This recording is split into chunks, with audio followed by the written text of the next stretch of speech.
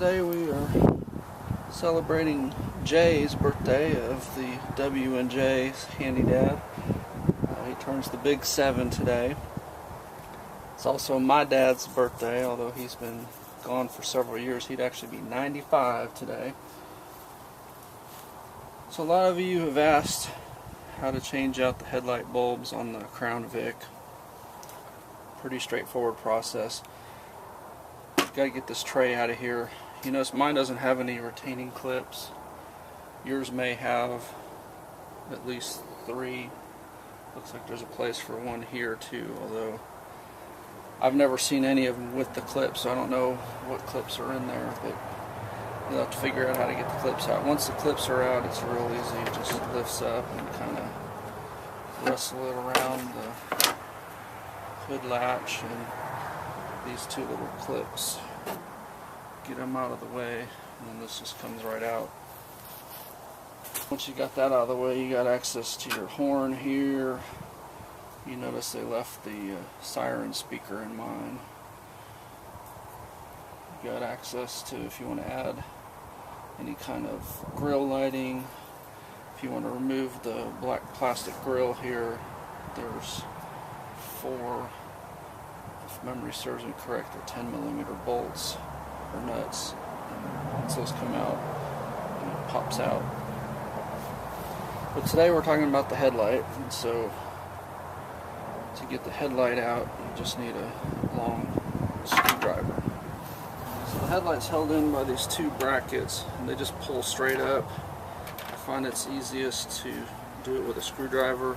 Just pop them straight up.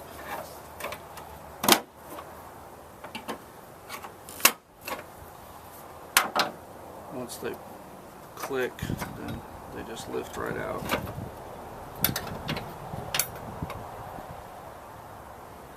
Obviously they only go in one way.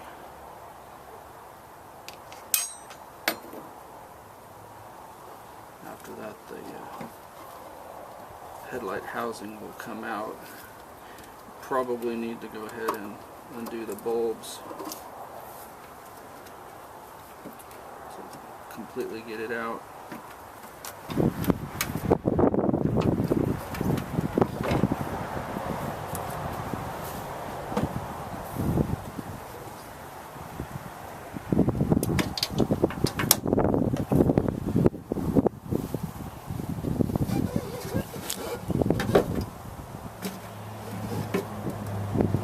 This is what the back of the headlight looks like. You got 2 adjusters here.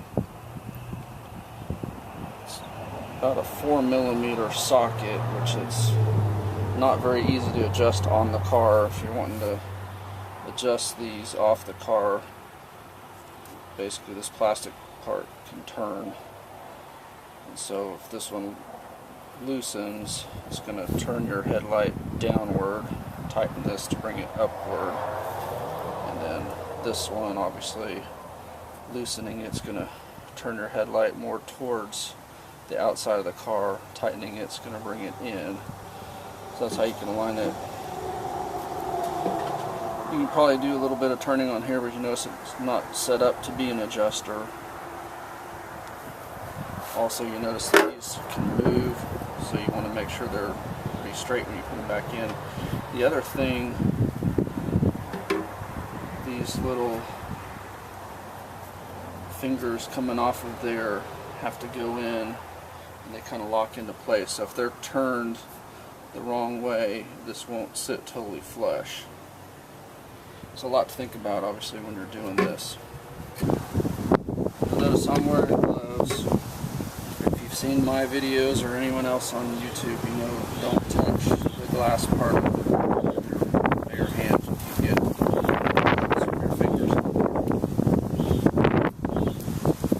There's an O-ring or gasket, whatever you want to call it, on the headlights. It needs to be somewhat clean. But basically, there's a lock tab on here, which these are very frail, usually easy to break. So I'm not going to actually pull this one off, but you just lift that up. Normally there's 2 sides to it, and that just pulls off. put your new bulb in. But you'll see it just basically fits into here like that. And then once it has a tight seal, you turn this and it's kind of a lock nut. The marker light or turn signal light or whatever you want to call it, it looks like that. And again, don't touch with bare hands. And then that just, there's only one way it goes in, and then it twists to lock.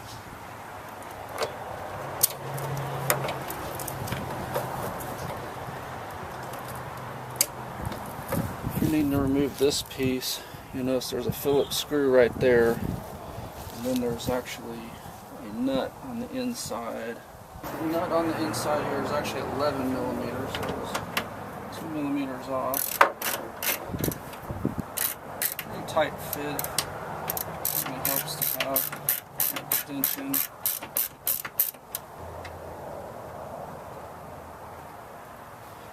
See, I got it in there, so I didn't lose it that time. That light just slides out. So you can see what it looks like when it's out of here. The wire comes through there and it's kind of routed that way so that it will sit flush.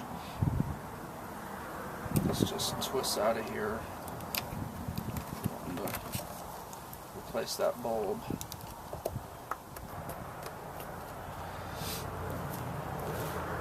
If you've bought your car as a ex-retired police car, whatever you want to call it, there's a good chance that there's all kinds of holes drilled in either here or in here. And when they had the emergency lighting in there, they probably just ripped the lighting out, left the holes, and so there may be moisture, water, whatever problems. I'm going to show you a real cheap fix for that. This is my cheap fix suggestion. If you've got holes in here, I've heard this called silver tape. I've heard it called ducting tape, air conditioner ducting. It's not duct tape, it's actually made out of aluminum. It's real sticky and it'll seal. So any kind of hole you have, you just tape it right over and it should last you as long as you have your car. I've done that to fill holes before on these cars and it works real well. Obviously you can go out and buy new housings if you want, but if you're just trying to cover a hole, this stuff works great. So now I'm going to put this all back together for you.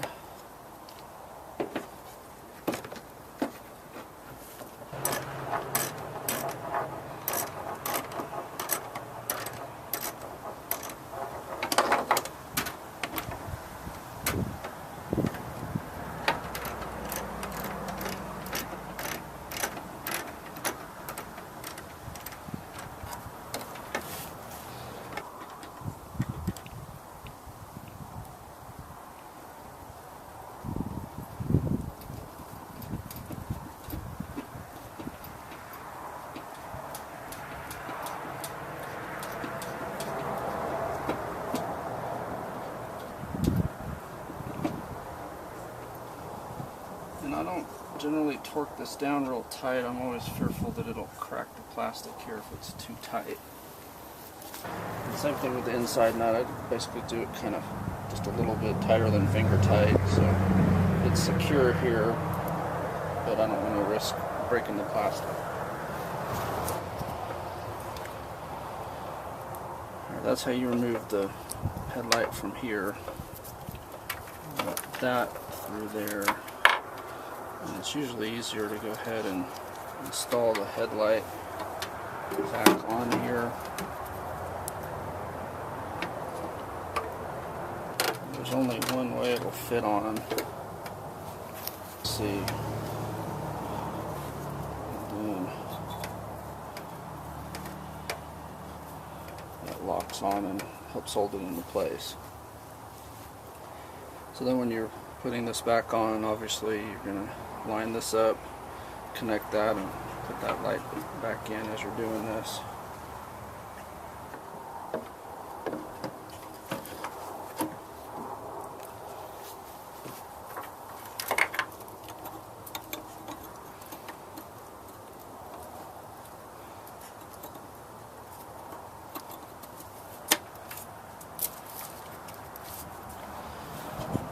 once you've got that in,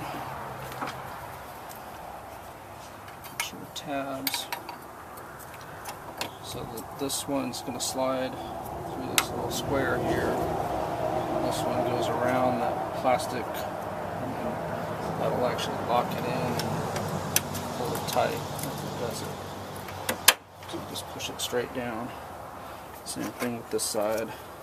Hold the headlight in, get it around that plastic. If it's in all the way, it'll just slide in and lock it into place. One appears to be in the proper place, but it's just not locking into place. So I'm going to give it a little tap.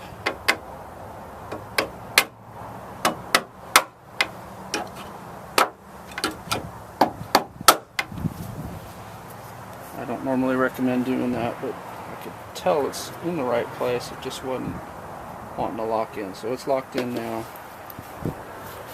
And that's how you do the lights.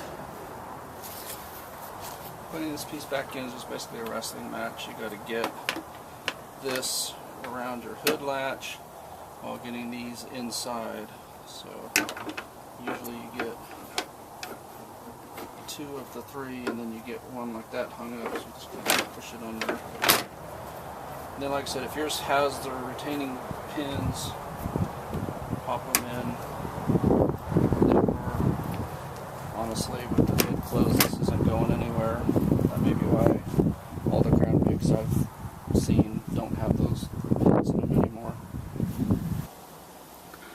If you've ever wondered how to replace your bulbs for your reverse lights, you're looking at the inside of the trunk here, and it's just a twist and release.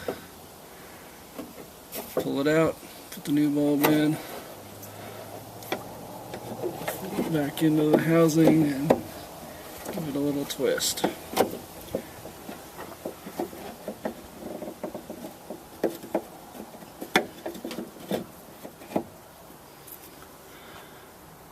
Do the same thing on the other side. You got 2 of them. Change out your brake lights, tail lights, and the parking lights in the rear. You need to get in from the back. I recommend removing this plastic piece. You basically got 4 retainers along it. Pop those out, and then this will come out. If you don't have one of these tools, it definitely makes the job easier.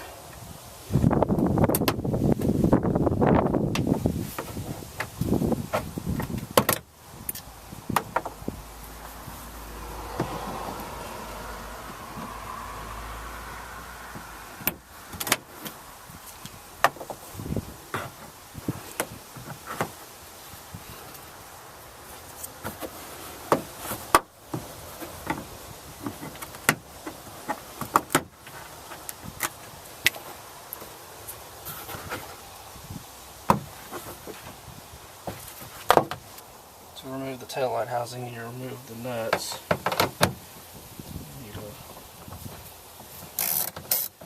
11mm deep socket.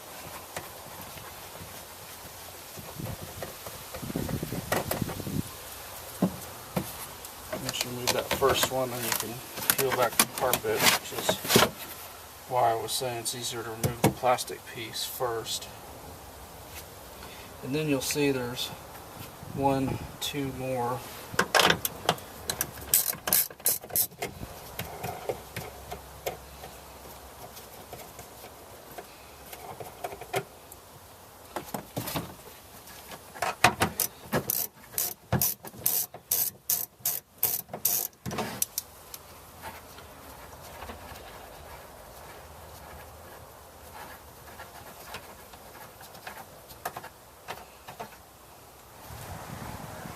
The nuts removed. This will just slide out.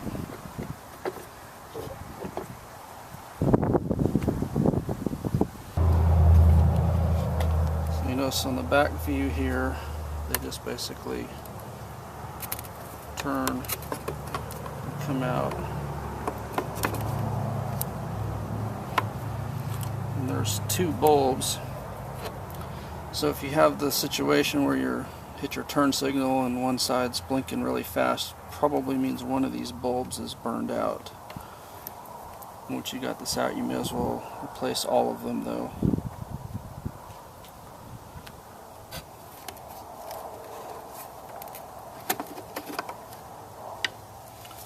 And they just pull straight out. So the part number on there says 4157.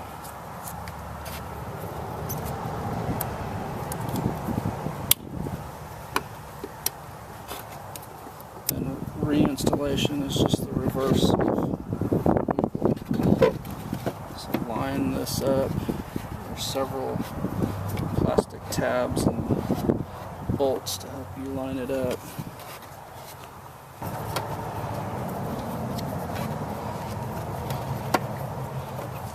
Once it's lined up, replace the nuts on the inside. It's the lower 2 first.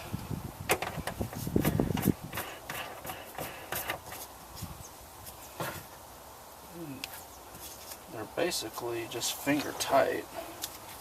Certainly don't recommend torquing them down real hard.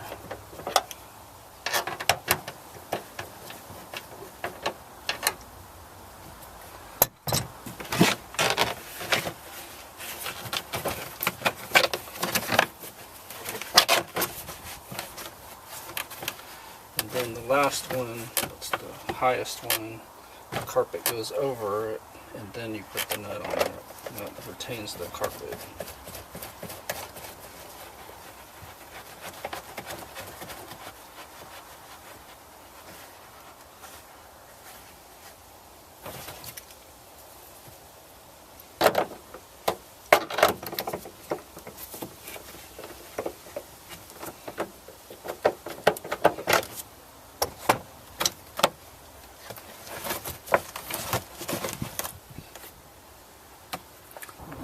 Replace plastic trim piece.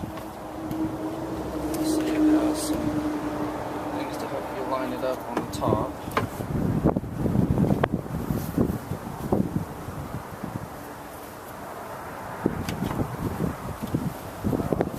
Click in, they just line up. And then replace your plastic tabs. That's it. Hope that helped. Appreciate a like and a subscribe. Thank you very much. Have a good one.